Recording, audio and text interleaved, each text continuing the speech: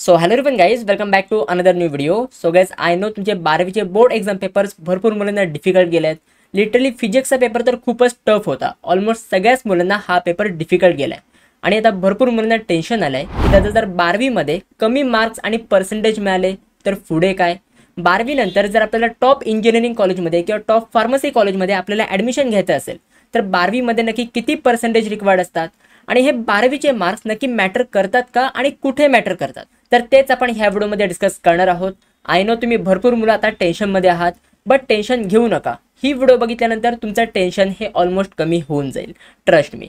So please watch this video till the end. Also make sure to subscribe this channel, कारण की ह्या चॅनलवरती मी तुम्हाला आत्तापासून ते पूर्ण तुमचं ॲडमिशन होईपर्यंत मी तुम्हाला फुल गायडन्स प्रोव्हाइड करणार आहे. मी तुम्हाला पूर्ण सपोर्ट करणार आहे. So please subscribe this channel. सगळ्यात पहिला प्रश्न आहे की जर तुम्हाला 12वीमध्ये कमी मार्क्स आणि पर्सेंटेज मिळाले तर पुढे काय. सो बघा, जर तुम्हाला 12वी नंतर इंजिनिअरिंगच्या कॉलेजमध्ये किंवा फार्मसीच्या कॉलेजमध्ये तुम्हाला ॲडमिशन घ्यायचं असेल तर तुमचे 12वीचे मार्क जास्त मॅटर नाही करत. येस, तुम्ही बरोबर ऐकलं. 12वीचे मार्क फक्त तुमच्या ॲडमिशनचा एलिजिबिलिटी क्रायटेरिया क्लिअर करण्यासाठी आणि प्लेसमेंटच्या वेळी रिक्वायर्ड असतात. एकदा तुम्ही तुमच्या ॲडमिशनसाठी एलिजिबल झालात त्याच्यानंतर कोणतेही कॉलेजवाले किंवा कोणतेही कॉलेजचे टीचर्स तुम्हाला 12वीचे मार्क विचारणार नाही आहेत. मग डायरेक्टली तुम्हाला प्लेसमेंटच्या वेळी तुम्हाला रिक्रुटर्स हे तुम्हाला 12वीचे मार्क विचारते. अँड हा जो ॲडमिशनचा क्रायटेरिया आहे ह्याला आपण कॅप एलिजिबिलिटी क्रायटेरिया असं पण बोलतो. अँड हा क्रायटेरिया सगळ्या कॉलेजचा कॉमन आहे. म्हणजे महाराष्ट्राच्या टॉप कॉलेजपासून ते लोअर कॉलेजपर्यंत कोणत्याही कॉलेजमध्ये जर तुम्हाला ॲडमिशन घ्यायचा असेल तर सेम क्रायटेरिया हा अप्लाय होतो. मग दादा ॲडमिशनचा एलिजिबिलिटी क्रायटेरिया काय आहे, तर तेच आपण नेक्स्ट पॉईंटमध्ये डिस्कस करणार आहोत. Eligibility criteria for admission. First of all, engineering and pharmacy या दोन्हीचा एलिजिबिलिटी क्रायटेरिया हा डिफरंट आहे. तर सगळ्यात पहिले आपण इंजिनिअरिंगचा एलिजिबिलिटी क्रायटेरिया बघूया. आता जर तुम्हाला 12वी नंतर इंजिनिअरिंगच्या कॉलेजमध्ये ॲडमिशन घ्यायचं असेल तर तुम्हाला 12वीमध्ये फिजिक्स, केमिस्ट्री, मॅथमॅटिक्स हे तुम्हाला 3 सब्जेक्ट असतील. या 3 सब्जेक्टचे टोटल मार्क तुमचे 300 आहेत. म्हणजे प्रत्येक सब्जेक्टला 100 मार्क, फिजिक्सला 100 मार्क्स, केमिस्ट्रीला 100 मार्क्स आणि मॅथमॅटिक्सला 100 मार्क्स. असे तुम्हाला 3 सब्जेक्टचे टोटल मार्क तुमचे 300 आहेत. तर तुम्हाला PCM मध्ये म्हणजेच फिजिक्स, केमिस्ट्री, मॅथमॅटिक्समध्ये तुम्हाला 300 पैकी मिनिमम 135 मार्क्स आले पाहिजेत जर तुम्ही ओपन कॅटेगरीमध्ये असाल तर. म्हणजे जर तुम्ही जनरल कॅटेगरीमध्ये असाल तर तुम्हाला PCM मध्ये 300 पैकी मिनिमम 135 मार्क्स आले पाहिजेत. आता जर तुम्हाला 135 मार्क्सपेक्षा 1 मार्क कमी आला म्हणजे तुम्हाला 300 पैकी 134 मार्क्स मिळाले तरी पण चालतील, तुम्ही ॲडमिशनसाठी एलिजिबल होऊ शकता. बट जर तुम्हाला 134 पेक्षा कमी मार्क मिळाले तर तुम्ही ॲडमिशन प्रोसेसमध्ये पार्टिसिपेट नाही करू शकत. म्हणजेच काय की तुम्ही कोणत्याही इंजिनिअरिंगच्या कॉलेजमध्ये ॲडमिशन नाही घेऊ शकत. आता जर तुम्ही कोणत्याही रिझर्व्ह कॅटेगरीमध्ये बिलॉंग करत असाल, म्हणजे जर तुम्ही कोणत्याही कास्टमध्ये असाल जसे की OBC, SC, ST, VJNT अशा कोणत्याही कॅटेगरीमध्ये जर तुम्ही बिलॉंग करत असाल तर तुम्हाला PCM मध्ये म्हणजे फिजिक्स, केमिस्ट्री, मॅथमॅटिक्समध्ये तुम्हाला 300 पैकी मिनिमम 120 मार्क्स हे आले पाहिजेत. आता जर तुम्हाला 120 पेक्षा 1 मार्क कमी मिळाला म्हणजे जर तुम्हाला 300 पैकी 119 मार्क्स मिळाले तरी पण चालतील, तुम्ही ॲडमिशन प्रोसेसमध्ये पार्टिसिपेट करू शकता. बट जर तुम्हाला 119 पेक्षा कमी मार्क मिळाले तर तुम्ही इंजिनिअरिंगच्या कॉलेजमध्ये ॲडमिशन नाही घेऊ शकत.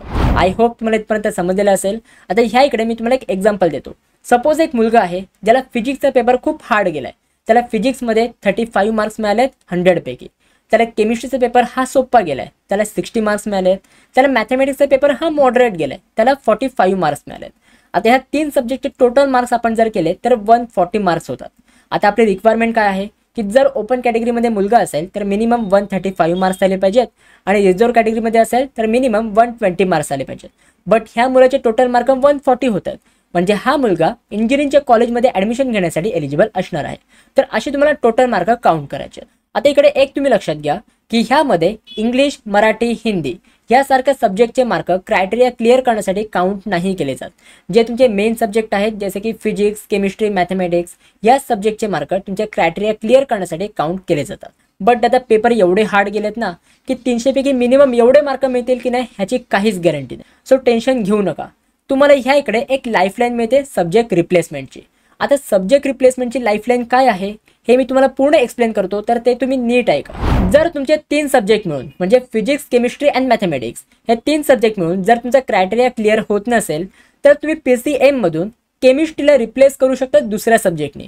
आता दुसऱ्या सब्जेक्टनी म्हणजे कोणत्या सब्जेक्टनी तर ते बघा. सगळ्यात पहिले आहे बायोटेक्नॉलॉजी, देन आहे biology, then technical vocational subject, then computer science, information technology, informatics and practices, agriculture, engineering graphics, business studies, electronics and entrepreneurship या लिस्टपैकी कोणता तरी एक सब्जेक्ट तुम्हाला आता 12वीला असेल. सो इन केस तुमचा physics plus chemistry plus mathematics हे 3 सब्जेक्ट मिळून जर तुमचा क्रायटेरिया क्लिअर होत नसेल तर तुम्ही केमिस्ट्रीच्या जागी या लिस्टमध्ये जो पण सब्जेक्ट तुम्हाला आता 12वीला आहे तो तुम्ही पुट करून तुमचा क्रायटेरिया क्लिअर करून घेऊ शकता. मग दादा आम्ही सब्जेक्टला ॲड करू शकतो का? म्हणजे फॉर एक्झाम्पल मला आता 12वीमध्ये CS सब्जेक्ट आहे तर आम्ही CS सब्जेक्टला ॲड करू शकतो का? Like physics plus chemistry plus mathematics plus CS असं करून आमचा क्रायटेरिया आम्ही क्लिअर करून घेऊ शकतो का? तर तसं तुम्ही नाही करू शकत. इकडे एक तुम्ही लक्षात घ्या की तुम्ही सब्जेक्टला ॲड नाही करू शकत, तुम्ही रिप्लेस करू शकता. म्हणजे तुम्ही PCM मधून केमिस्ट्रीला रिप्लेस करू शकता CS ने. आता फॉर एक्झाम्पल एक मुलगा आहे ज्याची कॅटेगरी ओपन आहे, म्हणजे तो जनरल कॅटेगरीचा मुलगा आहे आणि त्याला PCM मधून त्याचे टोटल मार्क 120 मार्क्स होतात. बट तुम्हाला माहिती आहे की ओपन कॅटेगरीसाठी मिनिमम 135 मार्क्स तरी रिक्वायर्ड आहेत आणि त्याचा 12वीला CS सब्जेक्ट आहे. आता तुम्हाला सगळ्यांना माहिती आहे की CS सब्जेक्टचे टोटल मार्क किती आहेत? 200 मार्क्स आहेत. तर आपण 200 मार्क्सचा नाही कॅल्क्युलेट करू शकत, तर त्यामुळे आपल्याला डिवाइड करावं लागेल. म्हणजे CS मध्ये 100 पैकी किती मार्क मिळालेत तसं आपल्याला काउंट करावं लागेल. तर त्याप्रमाणे त्यांनी काउंट करायचं आहे. तर तुम्हाला कसं ॲड करायचं आहे की physics plus CS plus mathematics, म्हणजे तुम्ही CSने काय केलं? केमिस्ट्रीला रिप्लेस केलं, म्हणजे physics plus CS plus mathematics. तर असं करून तो मुलगा त्याचा क्रायटेरिया क्लिअर करून घेऊ शकतो. आता बरेच मुलं बोलतील की दादा माझा फिजिक्स सब्जेक्ट खूप हार्ड गेलाय तर मी फिजिक्सला रिप्लेस करू शकतो का? तर तुम्ही फिजिक्सला रिप्लेस नाही करू शकत, बिकॉज फिजिक्स अँड मॅथमॅटिक्स हे तुमचे कंपल्सरी सब्जेक्ट आहेत. हे 2 सब्जेक्ट तुम्ही रिप्लेस नाही करू शकत. तुम्ही PCM मधून केमिस्ट्रीलाच तुम्ही रिप्लेस करू शकता दुसऱ्या सब्जेक्टने. आय होप तुम्हाला इथपर्यंत समजलेलं असेल. अजूनही तुमच्या हातामध्ये टाईम आहे. तुमचा अजून बायोलॉजीचा पेपर बाकी आहे. ज्या पण मुलांचा बायोलॉजी आहे तर तुम्ही ट्राय करा की बायोलॉजीमध्ये जास्तीत जास्त मार्क्स स्कोर करायचे. जर तुमचा बायोलॉजी हा पेपर नसेल, जर तुमचा इतर कुठला बायफोकल सब्जेक्ट असेल जसे की CS, IIT असा कुठला सब्जेक्ट असेल तर त्या सब्जेक्टमध्ये जास्त मार्क्स स्कोर करायचे तुम्ही ट्राय करा. कारण की त्यावर डिपेंड आहे की तुम्ही इंजिनिअरिंगच्या ॲडमिशन प्रोसेसमध्ये पार्टिसिपेट करू शकता की नाही. आय होप तुम्हाला इथपर्यंत सगळं समजलेलं असेल. जर तुम्हाला हा तुमचा क्रायटेरिया समजला असेल तर मला कॉमेंटमध्ये नक्की सांगा की येस दादा मला क्रायटेरिया समजला आणि ह्या व्हिडिओला तुम्ही नक्की लाईक करा. सो आता आपण बघूया फार्मसीचा एलिजिबिलिटी क्रायटेरिया. आता फार्मसीचा पण सेम एलिजिबिलिटी क्रायटेरिया आहे, बट ह्याच्यामध्ये थोडाफार काय डिफरन्स आहे. आता नक्की काय डिफरन्स आहे तर ते मी तुम्हाला पुढे सांगतो. आता ह्या इकडे आपण बघूया की जर तुम्हाला 12वी नंतर फार्मसीच्या कॉलेजमध्ये ॲडमिशन घ्यायचं असेल तर आता तुम्हाला 12वीला 3 सब्जेक्ट असतील, फिजिक्स, केमिस्ट्री अँड बायोलॉजी हे तुम्हाला 3 सब्जेक्ट असतील. या 3 सब्जेक्टचे टोटल मार्क तुमचे 300 आहेत, कारण की प्रत्येक सब्जेक्टला 100 मार्क. असं करून 3 सब्जेक्टचे तुमचे टोटल मार्क्स 300 आहेत. तर PCB मध्ये म्हणजे फिजिक्स, केमिस्ट्री अँड बायोलॉजीमध्ये तुम्हाला 300 पैकी 135 मार्क्स मिळाले पाहिजेत जर तुम्ही ओपन कॅटेगरीमध्ये असाल तर. आता जर तुम्हाला 135 मार्क्सपेक्षा 1 मार्क कमी मिळाला, म्हणजे जर तुम्हाला 134 मार्क्स मिळाले तरी पण चालेल, तुम्ही फार्मसीच्या कॉलेजमध्ये ॲडमिशन घेऊ शकता. बट जर तुम्हाला 134 पेक्षा कमी मार्क मिळाले तर तुम्ही फार्मसीच्या कॉलेजेसमध्ये ॲडमिशन नाही घेऊ शकत. तसंच जर तुम्ही रिझर्व कॅटेगरीमध्ये असाल, म्हणजे कुठल्याही तुम्ही कास्टमध्ये असाल तर तुम्हाला PCB मध्ये 300 पैकी मिनिमम 120 मार्क्स मिळाले पाहिजेत. आता जर तुम्हाला 120 पेक्षा 1 मार्क कमी मिळाला, म्हणजे जर तुम्हाला 300 पैकी 119 मार्क्स मिळाले तरी पण चालतील, तुम्ही फार्मसीच्या कॉलेजेसमध्ये ॲडमिशन घेऊ शकता. बट जर तुम्हाला 119 पेक्षा कमी मार्क मिळाले तर तुम्ही फार्मसीच्या कॉलेजेसमध्ये ॲडमिशन नाही घेऊ शकत. आता जर हे 3 सब्जेक्ट मिळून तुमचा ॲडमिशनचा क्रायटेरिया क्लिअर होत असेल तर चांगलीच गोष्ट आहे. बट तुमचे हे 3 सब्जेक्ट मिळून जर तुमचा क्रायटेरिया क्लिअर होत नसेल तर ह्या इकडे पण तुम्हाला एक लाईफलाईन मिळते. लाईफलाईन काय मिळते की फिजिक्स, केमिस्ट्री अँड बायोलॉजी या 3 सब्जेक्टमधनं तुम्ही बायोलॉजीला रिप्लेस करू शकता मॅथमॅटिक्सने. आता ह्या इकडे तुमच्याकडे मल्टिपल ऑप्शन आहेत जसे की इंजिनिअरिंगवाल्यांकडे आहेत. आता इंजिनिअरिंगवाल्यांकडे मल्टिपल ऑप्शन्स आहेत, जसे की ते CSने रिप्लेस करू शकतात किंवा ITने रिप्लेस करू शकतात किंवा इंजिनिअरिंग ग्राफिक्सने रिप्लेस करू शकतात. असे त्यांच्याकडे मल्टिपल ऑप्शन्स आहेत. बट तुमच्या फार्मसीवाल्यांकडे मल्टिपल ऑप्शन नाही आहेत, तुमच्याकडे एकच ऑप्शन आहे, तो आहे मॅथमॅटिक्स. म्हणजे जर तुमचा physics plus chemistry plus biology हे 3 सब्जेक्ट मिळून तुमचा क्रायटेरिया क्लिअर होत नसेल तर तुम्ही बायोलॉजीला रिप्लेस करू शकता मॅथमॅटिक्सने. म्हणजे physics plus chemistry plus mathematics हे तुम्ही 3 सब्जेक्ट मिळून तुमचा क्रायटेरिया क्लिअर करून घेऊ शकता. ऑल्सो ह्या इकडे तुमचे फिजिक्स अँड केमिस्ट्री हे तुमचे कंपल्सरी सब्जेक्ट आहेत. म्हणजे जर तुम्ही म्हणत असाल की दादा माझा फिजिक्स सब्जेक्ट खूप हार्ड गेलाय, मी बायोलॉजीच्या ऐवजी मी फिजिक्स सब्जेक्टला रिप्लेस करू शकतो का, तर तसं तुम्ही नाही करू शकत. तुम्हाला फिजिक्स अँड केमिस्ट्री हे तुमचे कंपल्सरी सब्जेक्ट आहेत, त्याला तुम्ही रिप्लेस नाही करू शकत. तुम्ही फक्त बायोलॉजीलाच तुम्ही रिप्लेस करू शकता. आय होप तुम्हाला इथपर्यंत पूर्ण तुमचा ॲडमिशनचा क्रायटेरिया समजलेला असेल. जर तुम्हाला समजलं असेल ना, मला कॉमेंटमध्ये नक्की सांगा की येस दादा गॉट इट, मला ॲडमिशनचा क्रायटेरिया पूर्णपणे समजला. आता आपण बघूया प्लेसमेंटचा एलिजिबिलिटी क्रायटेरिया. आता जर तुम्हाला 12वी नंतर इंजिनिअरिंगमध्ये ॲडमिशन घ्यायचं असेल तर तुम्हाला मिनिमम 60% हे तुम्हाला रिक्वायर्ड असतील. हे ॲडमिशनसाठी नाही म्हणत आहे, हे मी तुम्हाला प्लेसमेंटसाठी म्हणतोय.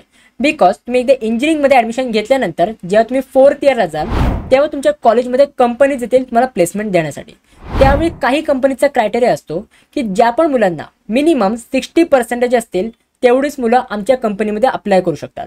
ज्या पण मुलांना 60% कमी असतील ती मुलं आमच्या कंपनीमध्ये अप्लाय नाही करू शकत. तर अशा काही कंपनीचा क्रायटेरिया असतो. ऑल्दो प्रत्येक कंपनीचा वेगवेगळा क्रायटेरिया असतो. काही कंपनीज बोलतात की आमच्या कंपनीमध्ये अप्लाय करण्यासाठी तुम्हाला मिनिमम 65% रिक्वायर्ड आहे. काही कंपनीचा 70%चा क्रायटेरिया असतो. सो प्रत्येक कंपनीचा वेगवेगळा क्रायटेरिया असतो. काही कंपनीचे असे पण असतात की तुम्हाला किती पण पर्सेंटेज असले तरी पण चालतील, तुम्ही आमच्या कंपनीमध्ये अप्लाय करू शकता. बट मोस्ट ऑफ दी कंपनीचे असे असतात की ज्यांचा 60%चा क्रायटेरिया असतो. सो तुम्ही ट्राय करा की तुम्हाला मिनिमम 60% हे तुम्हाला मिळाले पाहिजेत. आय होप मला इथपर्यंत सगळं समजलेलं असेल. जर आता ह्याच्या पुढे काही पण डाऊट्स असतील तर ते तुम्ही मला कॉमेंट सेक्शनमध्ये विचारू शकता. ऑल्सो तुम्ही मला इंस्टाग्रामवर पण फॉलो करू शकता. मी नेहमी असं बोलत नाही तुम्ही मला इंस्टाग्रामवर फॉलो करा, बट तुम्ही जर इंस्टाग्रामवर असाल तर तुम्ही मला नक्की फॉलो करा. माझी इंस्टाग्रामची ID मी तुम्हाला डिस्क्रिप्शन बॉक्समध्ये प्रोव्हाइड केलेली आहे. So guys that's it for video. कशी वाटली तुम्हाला ही व्हिडिओ? आवडली असेल तर नक्की लाईक करा, शेअर करा, सबस्क्राईब करा. भेटूया आपण पुढच्या व्हिडिओमध्ये. तोपर्यंत बाय बाय, सी या and have a good day.